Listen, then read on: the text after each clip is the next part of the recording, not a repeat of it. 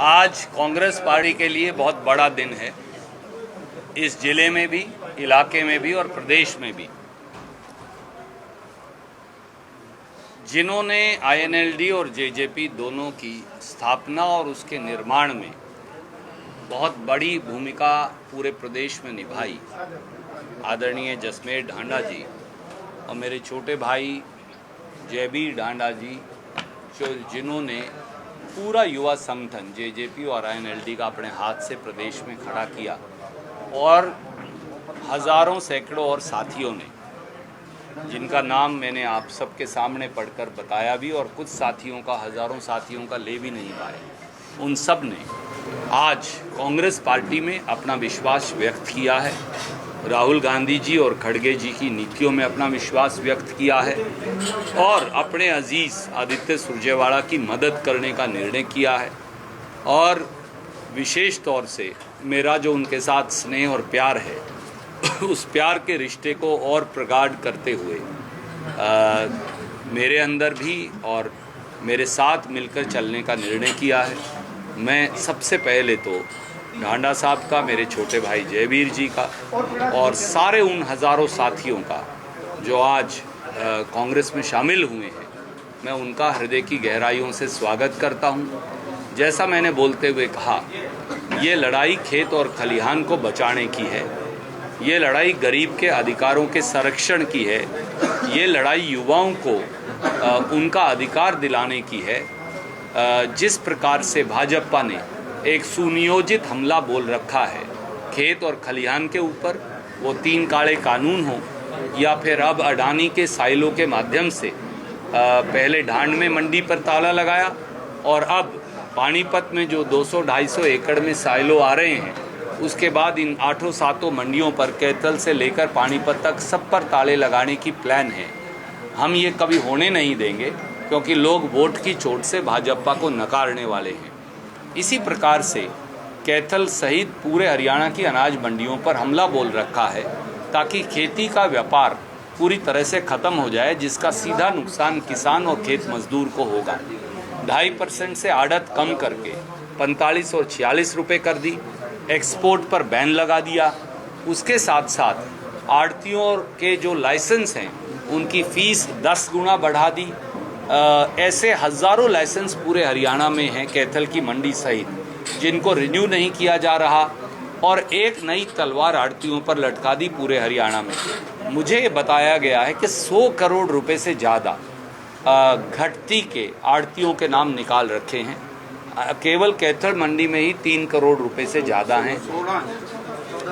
Total 16 crore रुपए हैं, जैसा प्रधान जी ने बताया। और दुर्भाग्य ये है कि अब उसकी रिकवरी आड़तियों की आड़त को मिलने वाले पैसे से काट कर की जा रही है। अगर सारी दामी को काट लेंगे, आड़त का पैसा काट लेंगे, जो 2.5% से 45 और 46 रुपया कर दिया है, तो इनकी जिंदगियां चलेंगी कैसे? मुनीम और मंडी के मजदूर को पैसा मिलेगा कैसे? एग्रीकल्चर ट्रेड को चोर दरवाजे से बंद करने का ये भाजपाई षड्यंत्र है। और इसलिए मैंने ढांडा साहब से भी आग्रह किया, भाई जयवीर और सब हज़ारों साथियों से आग्रह किया, और मैं शुक्रगुजार हूँ कि इन्होंने निर्णय किया कि हम खेत खलिहान की, मंडी और आड़ती की, मंडी मजदूर और खेत मजदूर की लड़ाई मिलकर लड़ेंगे। मैं शुक्रगुजार हूँ। कोई भी प्रश्न आप पूछना चाहें तो स्वागत है। सर, गोपाल कांडा का बयान आया है, उन्होंने कहा है कि हलोपा और बसपा तीनों मिलकर चुनाव लड़ रहे हैं, क्या कहना चाहेंगे? हालांकि श्री साहब उन्होंने अपना प्रत्याशी कारण झगड़ा उतारने का फैसला बीजेपी। आदरणीय मित्र, ये हर रोज इस तरह के तमाशे करेंगे। इनका काम है लोगों को भटकाना और लोगों को बरगलाना। अगर उनका आईएनएलडी और बीएसपी से इतना प्रेम था तो 5 साल बीजेपी को समर्थन क्यों दे रहे थे? अब लोग समझदार हैं, लोगों का कोई बेवकूफ़ नहीं बना सकता। राजनीतिक पार्टियां जो छल कर रही हैं लोगों के साथ, वोट विभाजन का, वो होने वाला नहीं है। जो मंडी में आड़तियों की आड़त है, वो शॉर्टेज के रूप में काट दी जाती एजेंसियों को जी, और के जो आदि से भी आड़त शॉर्टेज के रूप में चली जाती है जी, और सरकार कुछ करती है। इसके बारे में क्या कहना?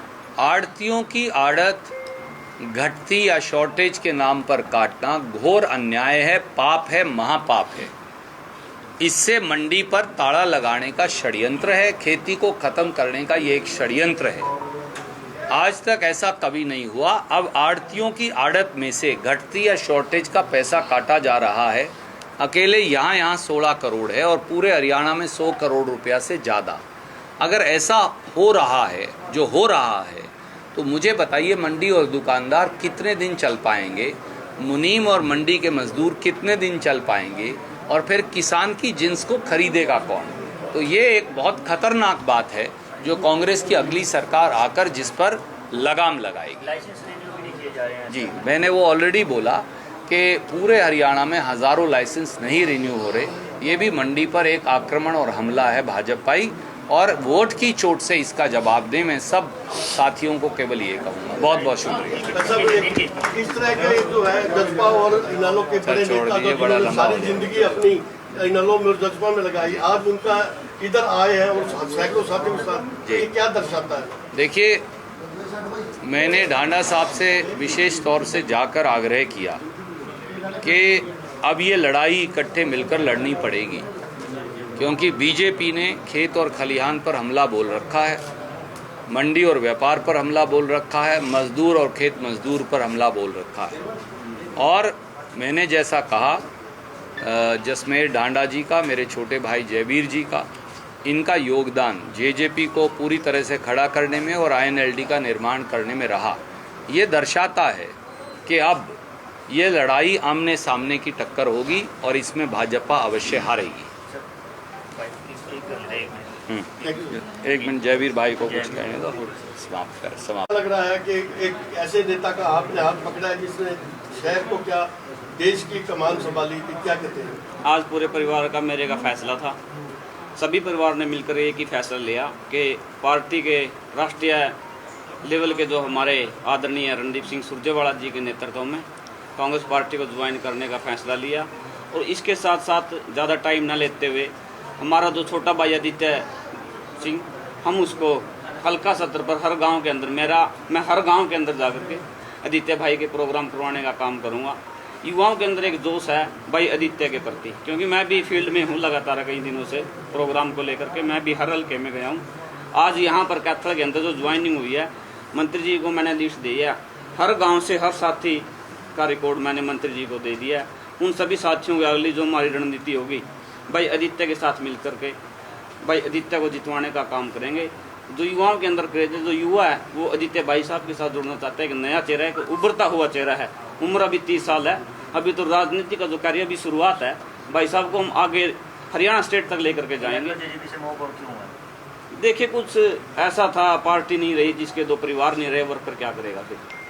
पहले इनेलो से जेजेपी बन गई, अच्छी बात हुई, लेकिन जो वर्कर था वो चला गया। आज मंत्री जी के नेतृत्व में पूरी इंडियन नेशनल लोक दल और पूरी जननायक जनता पार्टी, कैथल की नहीं बात नहीं क्यों, पूरे हरियाणा के अंदर कांग्रेस के अंदर ज्वाइन कर चुकी है। जो हमारी पार्टी के मंत्री भी रहे वो भी कांग्रेस पार्टी ज्वाइन कर चुके हैं। और हम भाई आदित्य को मजबूती के साथ विधानसभा में भेजने का काम करें, ताकि इस हरियाणा कैथल के हल्के को चहुमुखी विकास के लिए आगे बढ़ाया जा सके।